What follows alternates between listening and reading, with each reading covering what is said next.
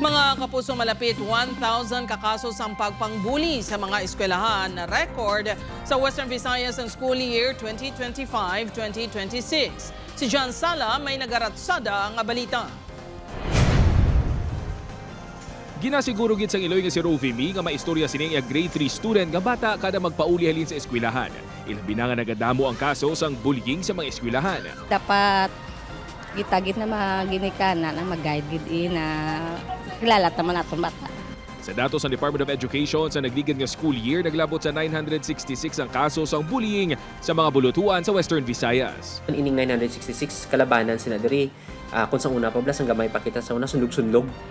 Amo man lang ni kalabanan galing kiti currently we have law nga dapat ang inang constant nga pagsundog sa bata pwede na ma-consider as bullying. Of course, influenced by a lot of factors.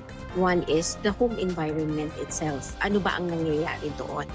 So pwedeng nakikita niya or siya mismo sinasaktan din or naaapi or may mga instances na sa bahay normal sa kanila ang violence. Also, malaki din yung influence ng social media.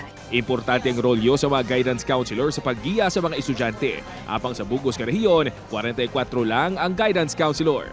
Magluwas sa counseling, nagapating Iloy nga si Dulce nga dapat tutukan man ang spiritual health sa kabataan. Kay kung guided by the Holy Spirit ang bata, hindi na sila kahimo sang tawag na bullying. We need to dig deeper saan siya nanggaling rather than just seeing the person as a bad person. For those victims naman, it should be unang-una, we need to show them or assure them that they are safe. Upod kay Hasti Sherto, John Sala. Anaga, Ratsada!